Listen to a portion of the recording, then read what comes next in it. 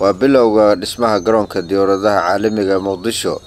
نيو مقدشو انترناشنال ايربورت deegaanka Maaxay waa halka dhismaha garoonka diyaaradaha ka socoto waxa uu in ka badan 38 kiiloomitir u jira caasimadda Muqdisho bishii Juun ee tagtay ayuu madaxweynaha Soomaaliya Dr. Xasan Sheekh Maxamuud dhagax dhigay dhismaha garoonka diyaaradaha ay ku bixi doonto qarash gaaraya in ka badan 640 milyan oo dollarka Mareykanka ah asagoo maalintaasina halkaasi kaga dhawaaqay in Soomaaliya yeelan doonto mashaariic heer caalami ah oo ka mid yahay garoonkan magaalada Muqdisho airportkan cusub ay yeelanayso ilaahay idinkiis airport caalami ah oo international transit facility leh oo international cargo facility leh oo aad iyo aad uga jawaabayo mowqaca Soomaaliya ay ku taalo sida oo qaaradda Afrika iyo regionka aan ku naalna oo uga qayb qaadan karo Soomaaliya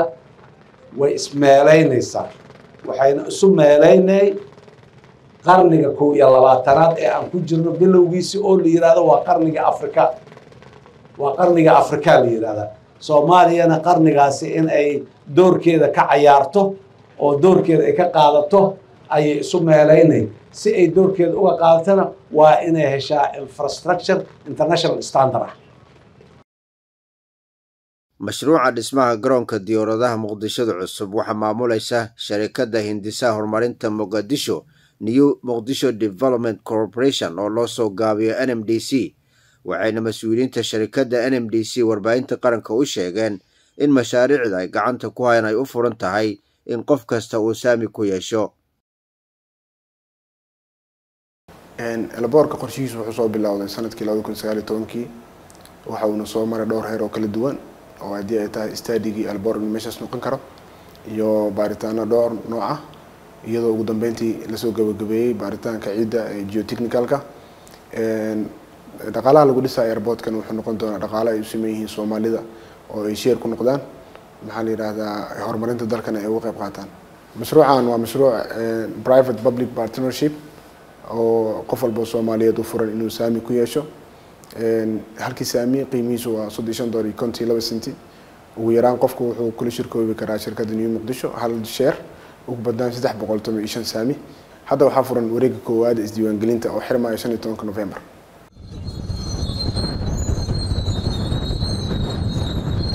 warbaahinta qaranka ayaa tagtay goobta uu ka socdo dhismaha garoonka diyaaradaha si aan ugu soo warrano hawshaas baaxad leh ee halkaasi ka socota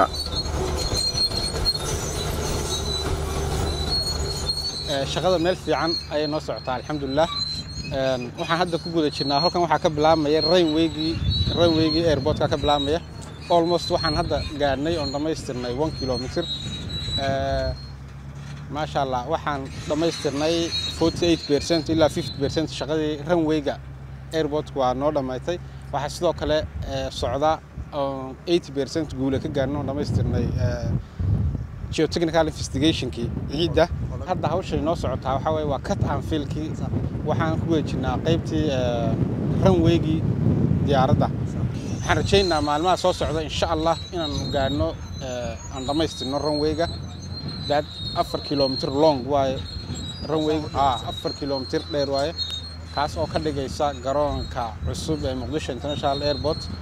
garoon caalami ah oo la jaan qaadaya garoomada caalamka iyo wadamada dariska durba halkan nolol iyo shaqo abuur ayaa ka bilaabatay waxaana dadkii halkaasi aan kula kulmay ka mid ahaa wiilkan birta culus ku qodaya godka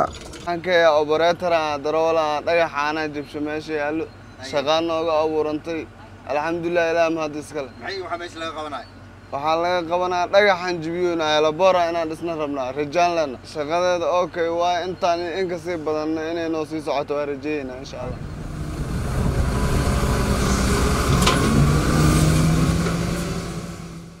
dhismaha garoonka cusub ee Muqdisho ayaa hawshiisu si dardar leh halkan ugu socota deegaanka Maxay ee gobolka Shabeellaha Dhexe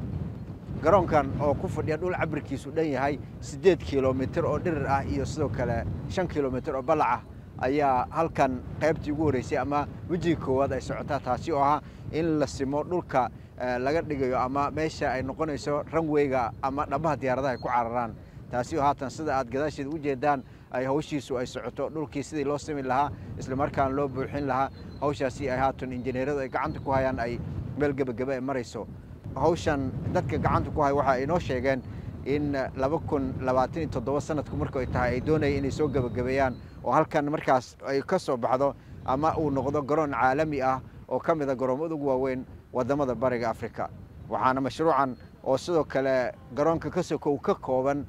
dekad cusub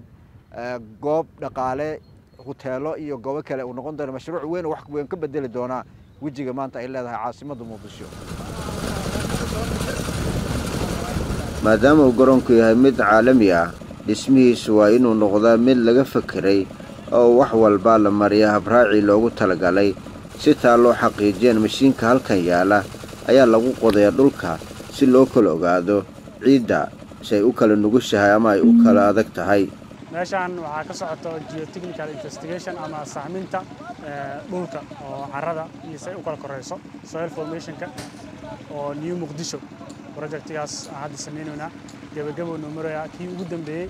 godkii ugu dambeeyay hadda ku jirnaa boholka qaybta hadda aan joogno waxaa la dhahaa cargo terminalka oo culeyska diyaaradaha oo xamuulka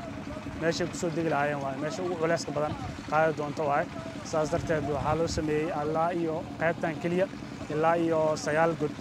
oo boholisa boholkii ujeedka loo qodayo waxaa waa in la ogaado dhulka carrada iyo dhagaxa si loo kala ogaado dhagaxaanta ku jirta guud ahaan projectiga waa qaybo kala duwan yahay runwayga oo kale aan ka soo bilownay waxaan gaarsiinay ilaa 9 god taxiwayga ku soo xijinay iyagana 9 ahead waxaa ku soo xijinay labada apron oo baakinada diyaaradda ahaa iyagana waxay ahaayeen min 8 kadib waxaan u soo gudubnay qaybtan waxaa la qaybta buildingka VIP terminalka oo aan ugu dambeysaan soo sameynay iyadana wuxuu ahaa 12 xabo qaybtan oo 9 ah oo iyadana cargo-ga ah hadda kana ugu dambeeyo godkan processka waxa waa marka hore annaga meeshaan qodayno ciidda samples laga qaadaa qayb kasto depth-ga iyo inta aan soo saarnay ku qoraynaa waxaan u diraynaa teamkeena kale oo joogo shaybaarka teamkaas marka analyzing ku sii sameynaya ciidda culeyskeeda nuuceeda waxaas dhan iga sii analyze gareynaa report ka sii diyaarinaya annaga waxaana qaybta qoditaanka oo dirista marka godadkii oo airportka mashiinadaas ay ka soo bixiyaan ciidaas iyo sida dhagaxa kala adag yahay kadib halkan ayaa la keenaa sida u jeedaan waxaanu dhan meesha ku jiro saxarooyinkan waxa ku jiro dhagaxaantii halka laga soo qoday oo sida kan oo kala kadibna si ay shaybaarka ay u mariyaan waxaanu meesha ku jiro oo dhan u jeedid waxay noqonayaan ciidii halkaas laga soo qaaday kadibna halkan la keenay shaybaarka kadibna waxa arki doona sida shaybaarka ay ugu sameyn doonaan injineerada halkan ka shaqeynaya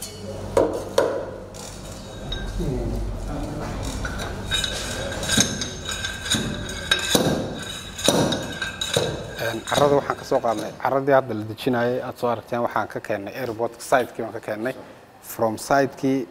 marka la keeno ilaa iyo shaybaarkii xaruntii shaybaarka la keenaya carrada marka la wargareeyo sidan ayaa loo qaybinaya sidan oo kala dhigaynaa annagoo u sameynayna nambaro ku dhajinayna mid kasta nambaro u sameynaa ku dhajinayna maxaa yeelay mid waxa waaye waa tagasweygii mid waa runwaygii carradan waa isku jirta mid waa runwaygii mid waa tagasweygii mid waa terminalkii tan oo kale waxa waaye waa terminal buildingskii oo kale marka nambara u sameynayna mid kasta nambara u sameynayna kadib halkan waa halkii ay ka bilaamaysay processku inooga bilaamayay baaritaanka carrada halkan markaan ka bilowno waa mid kasta sambaladiis baan u sameynaynaa kadib carradii waan quality-geedii markaan kala saarno quality-geedii kabacdii baan testiga aan u sameynaa sida halkan inooga aragtaan maadaama hal dhul laga soo qaaday sababta ablaysan maxaa waa sababta waxa waaye waa markaan site-ka joognay airport-ka joognay airport-ku waa 4 kilometer long way marka kilometer kasta waxaan ka soo qaadnay meel kasta sample aan ka soo qaadnay marka si aan u kala saarno oo mid kasta goonideena u bixino oo u baarno qaybta runway-gana qaaba laga rabaa qayb tagasway qaarba laga rabaa qayb si loo ogaado qaybtii terminal buildingka mid kasta waxaan u sameynay sample gooni aan u sameynay si aan u helno quality carrada marka xaggan markii ka gudubto kadibna waxay u gudbisaa halkaas ay gudbisaa sidan aan u soo yaryareynaa marka carrada hadhow halkaas iyadoo waaweyn ah jirta kabacdi qaabkan aan u yareynaa carradii iyadoo saasoo waxay horeyeen badadaas laga dhigaa si loo helo marka mid kastana sample ayaa ku qoran already sample la sameynaa kabacdi